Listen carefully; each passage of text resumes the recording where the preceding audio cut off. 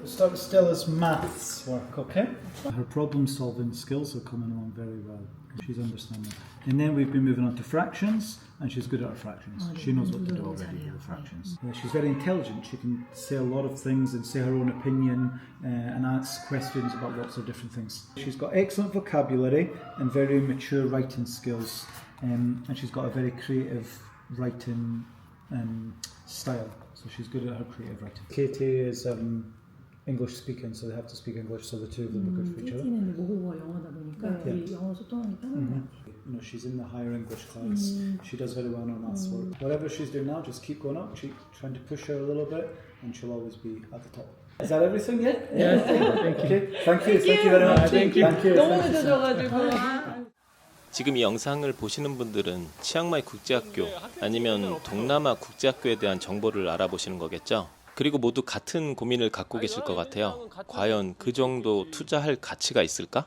치앙마이 국제학교가 다른 데보다 확실히 학비가 싸요. 그런데 아무리 그래도 학비가 한 달에 최소 100만 원 이상은 하거든요. 쉽게 결정할 만한 금액은 아니잖아요. 거기다가 학비 말고도 다른 생활비까지 생각해야 되고요. 그래서 오늘 영상은 내 애를 치앙마이 국제학교에 보내는 게 과연 옳은 선택일까? 이런 고민을 하고 계신 분들을 위해 한번 만들어 봤어요. 저도 똑같은 고민을 정말 오랫동안 했었거든요. 결론부터 말씀드리자면 저는 스텔라를 치앙마이 국제학교에 보낸 것에 아주 만족하고 있어요. 그렇다고 제가 여러분들한테 치앙마이 국제학교 무조건 보내세요, 아니면 이게 정답입니다, 뭐 이런 말씀 드리려고 하는 건 아니에요. 하지만 스텔라가 2년 동안 치앙마이 국제학교에 다니면서 어떤 변화가 있었는지는 보여드릴 수 있을 것 같더라고요. 그럼 지금부터 스텔라가 어떻게 공부했고 어떤 경험들을 했는지 여러분들께 최대한 자세히 설명드려 볼 테니까요. 고민 중이신 분들은 이 영상 보시고 결정하시는데 꼭 도움이 될 수 있었으면 좋겠습니다. 다 보시고 이 영상이 도움이 되셨다면 구독, 좋아요 꼭 부탁드리고요. 아마 여러분들이 제일 고민하고 계시는 게 영어일 것 같으니까 영어부터 한번 설명드려 볼게요. 스텔라는 한국에서 영어 유치원을 다니다 왔으니까 영어를 어느 정도 말하고 들을 수는 있는 상태였어요. 그렇지만 저나 엄마나 둘 다 영어를 전혀 못하고, 또 스텔라가 한국 초등학교에 입학하면서부터는 영어에 노출시켜주는데 한계가 느껴지더라고요. 이왕 시작한 거 영어를 제2 언어가 아니라 제1 언어 수준까지 할 수 있게 만들어주고 싶었거든요. 그래서 치앙마이에 오기로 결심을 하게 됐습니다. 왜 치앙마이냐고요? 이 부분에 대해서는 저번에 설명드린 영상이 있으니까 안 보신 분들은 한번 봐주시면 좋을 것 같아요. 여기 이 책들은 스텔라가 치앙마이 와서 읽은 거랑 앞으로 읽으라고 미리 사놓은 것들이에요. 원래 이것보다 많았었는데 너무 쉬워진 책들은 일부 정리한 것도 있고, 또 너무 많이 읽어서 망가진 책들은 버린 것들도 있고요. 이 책도 다 망가져서 버려야겠네요. 이 로알드 달이 스텔라가 치앙마이에 와서 처음 읽었던 책이에요. 한국에 있을 때 샀는데 쉬운 거 몇 개만 읽고 나머지는 못 읽었었거든요.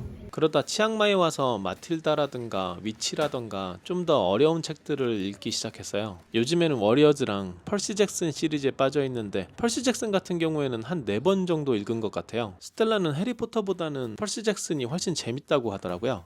세계 최고의 언어학자 중에 스티븐 크란센이라는 분이 있는데, 읽기혁명이라는 한국에서도 아주 유명한 책을 쓰신 분이에요. 그분이 이 책에서 읽기는 언어를 배우는 가장 좋은 방법이 아니다, 그것은 유일한 방법이다 라는 말을 했습니다. 여기서 리딩은 모든 리딩을 말하는 게 아니라 익스텐시브 리딩을 말하는데요. 한국에서는 보통 다독이라고 많이들 표현하시던데, 좀 더 정확히 말하면 쉽게 읽을 수 있는 책을 재미있게 여러 권 읽는 걸 말해요. 핵심은 즐겁게 읽는 거예요. 치앙마이 오기 전부터 제가 가장 중요하게 생각했던 게 바로 이 익스텐시브 리딩이었어요. 그러니까 리딩 능력을 키우는 것 말고 책 읽는 것 자체를 즐거워하게 만들고 싶었거든요. 그래서 치앙마이에 와서부터는 스텔라한테 자기가 좋아하는 영어 책 읽는 것 말고는 그 어떤 영어 공부도 따로 시켜본 적이 없어요.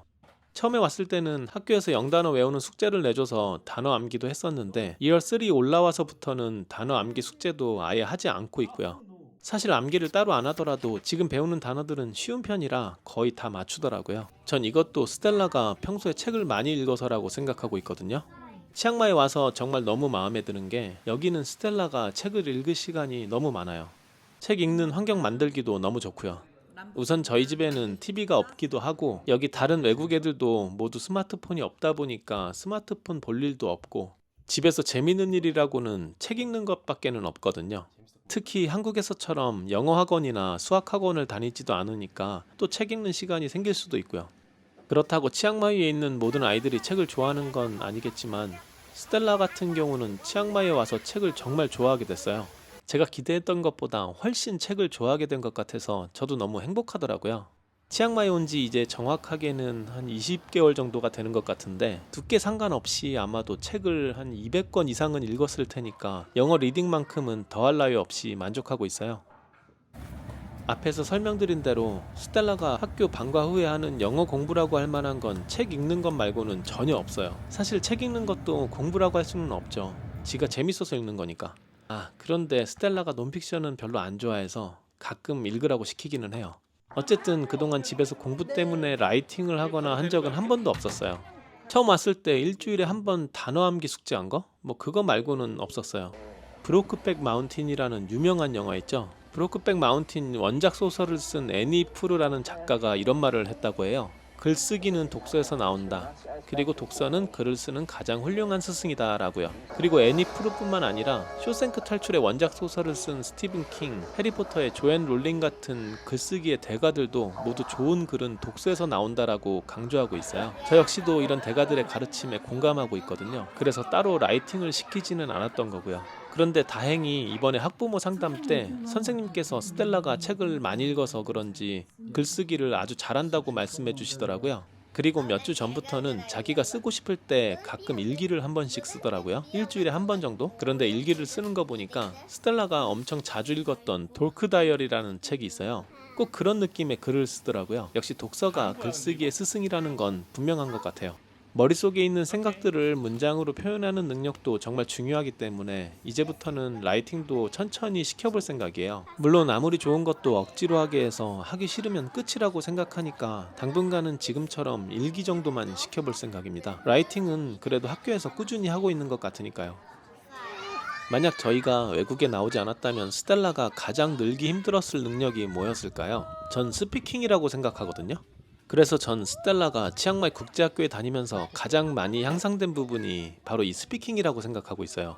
이렇게 멀리 치앙마이까지 온 만큼 스텔라가 영어로 발화할 기회를 많이 늘려줘야겠다 싶어서 정말 많은 고민을 했어요. 이전 영상에서도 설명드린 적이 있는데 아무리 원어민 선생님이 가르치는 국제학교라고는 해도 선생님 한 명이 20명이나 되는 아이들을 가르쳐야 되거든요.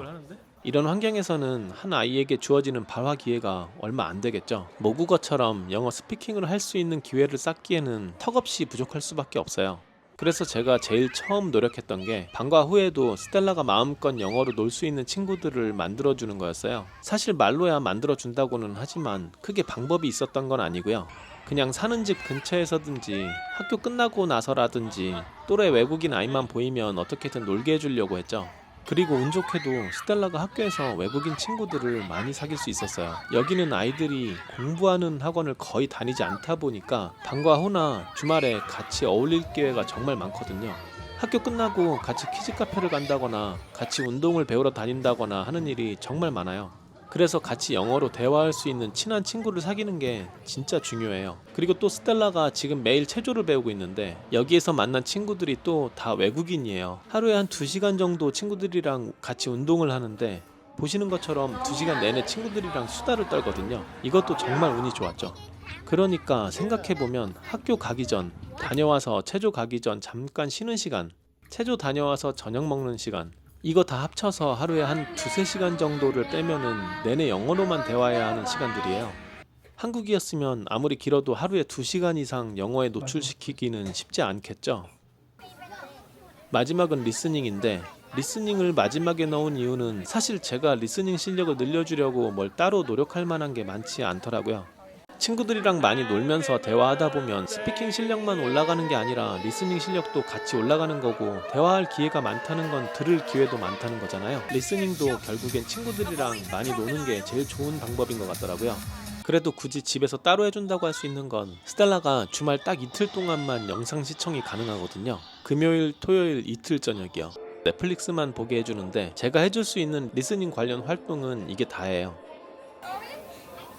모든 부모님이 처음에는 분명 내 애가 영어만 잘했으면 좋겠다 하고 치앙마이 오세요. 그런데 시간이 점점 지나면서 치앙마이 국제학교에서 배우는 수학은 너무 쉬운 것 같고 여기는 한국처럼 학교 끝나고 다닐 만한 한국식 수학학원도 없고 하니까 너무 불안해 하시더라고요. 지금 한국에서는 또래 아이들이 수학학원을 몇 개 다니고 선행을 몇 년 하고 이런 말 들으면 걱정되잖아요. 그래서 어떤 분들은 학교를 옮겨야 하나, 심지어는 다시 한국으로 돌아가야 하나 하는 분들도 계시더라고요. 여러분들은 안 그러실 것 같죠? 그런데 생각보다 많은 분들이 치앙마이 오셔서 수학 때문에 걱정을 많이 하세요.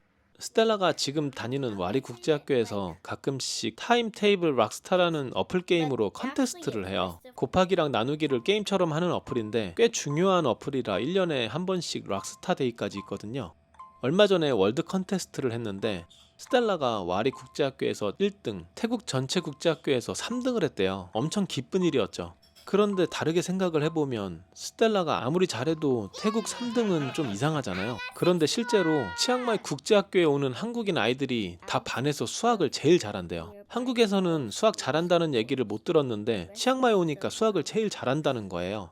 그만큼 한국 수학 교육이 빡세다는 거죠. 반대로 치앙마이 국제학교에서 배우는 수학은 너무 쉽다는 거고요.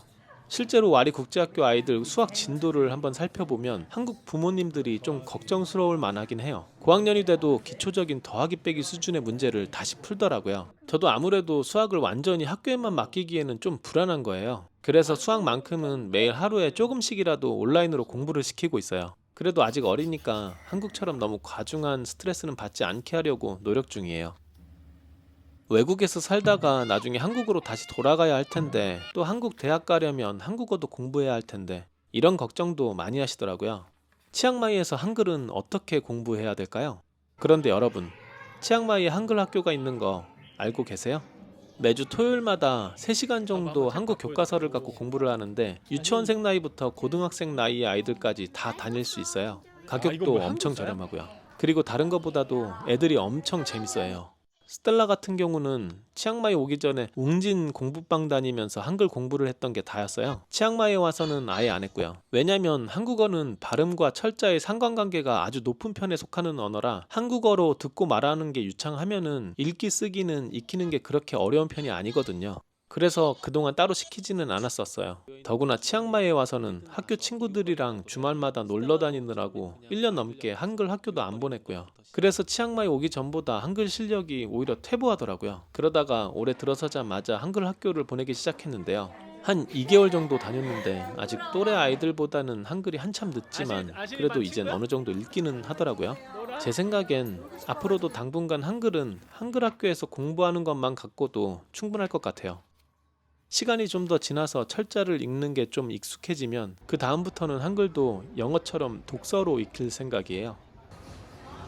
앞에서도 설명드렸듯이 치앙마이에서는 한국처럼 학교가 끝나고 공부하는 학원을 가거나 하질 않아요. 물론 하는 애들은 수학학원을 다니기도 하고 아름아름 1대1 선생님을 붙이기도 하는데 스텔라 또래 아이들은 거의 없는 걸로 알고 있어요. 대신 치앙마이에는 운동이나 음악, 미술 같은 예체능을 배울 수 있는 곳이 정말 많이 있어요. 특히 스텔라 또래 아이들이 배울 만한 게 너무 많아서 좋더라고요. 지금까지 꽤 여러 가지를 배워봤는데 꾸준히 하고 있는 건 체조랑 미술이에요. 체조는 시작한 지가 이제 1년이 좀 넘었는데 스텔라가 워낙 좋아해서 좀 자주 가는 편이에요. 그래서 그런지 실력이 금방금방 늘더라고요. 만약 스텔라가 한국에서 살고 있었으면 기계 체조 같은 건 배울 생각 자체를 못하지 않았을까요? 한국은 레슨비도 비싸고 근처에 배우는 데도 없고 더구나 학원 다니느라 시간이 도저히 안 났을 거고요. 아마도 스텔라 인생에 기계 체조는 없었을 거예요.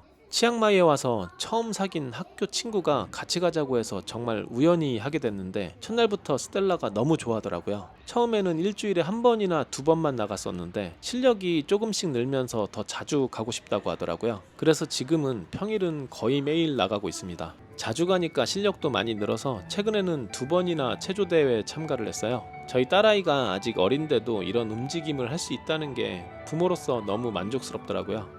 미술학원은 지금까지 한 6개월 정도 다녔는데 체조랑 다르게 주말 하루만 가다 보니까 생각보다 실력이 확확 늘지는 않더라고요. 그래도 꾸준히 다녀서 지금은 이 정도 그림을 그리고 있습니다. 지금까지 스텔라가 어떻게 공부하고 어떤 경험을 했는지 한번 설명드려 봤는데요. 마지막으로 2년 동안 치앙마이 국제학교에 보내면서 제가 학부모로서 느낀 점을 짧게 한번 설명드려 볼게요. 가장 중요한 영어 같은 경우는 저는 꽤 만족하고 있는 편이에요. 그런데 이게 국제학교에서 배우는 내용 때문이라기보다는 외국이라는 환경, 치앙마이가 만들어주는 환경 때문인 것 같아요. 물론 영어권 국가나 하다못해 방콕 같은 도시만 가도 영어 환경을 만들어주는데 훨씬 유리하겠죠? 그런데 전 가성비를 생각해서 여기로 온 거니까요. 가성비 생각하면 충분히 만족스러워요. 수학은 저를 포함해서 많은 학부모분들이 느끼시는 게 답이 없다고 해야 되나? 솔직히 좀 막막해하는 부분이에요. 아이가 저학년이면 그래도 좀 여유를 갖고 생각할 수 있는 부분인데 고학년이면 좀 여러 가지 준비를 하고 오셔야 될 것 같아요. 특히 영어로 하는 수학 수업이다 보니까 영어 실력이 충분하지 못하면 국제학교 수학 난이도가 아무리 낮아도 진도를 따라가는 게 쉽지 않거든요. 한글 같은 경우는 치앙마이에서는 그렇게 걱정 안 하셔도 될 것 같아요. 워낙 좋은 한글 학교가 있으니까요. 한국에서만큼은 아니어도 어느 정도 국어 진도를 따라갈 수는 있을 거예요. 물론 고학년이 공부하는 국어 같은 수준의 공부라면 따로 준비하셔야겠죠. 마지막으로 예체능 같은 경우는 최저 가격의 최대 만족이라고 할까요? 치앙마이가 남는 땅이 많아서 그런지 멀리 안 가도 정말 다양한 운동을 배울 수 있는 곳도 많고요. 악기 가르쳐주는 곳도 한국에 비해서 엄청 저렴하고요. 전 저학년 아이의 부모님이시라면 꼭 여기서 여러 예체능 활동을 시켜보라고 말씀드리고 싶어요. 물론 고학년 아이들은 아무래도 공부할 시간이 좀 더 필요하겠죠. 어떠세요? 치앙마이 국제학교에 자녀를 보낼까 말까 고민이 좀 풀리셨나요? 오늘 영상이 여러분들 결정하시는데 조금이나마 도움이 됐으면 좋겠네요. 지금까지 시청해주셔서 정말 감사합니다.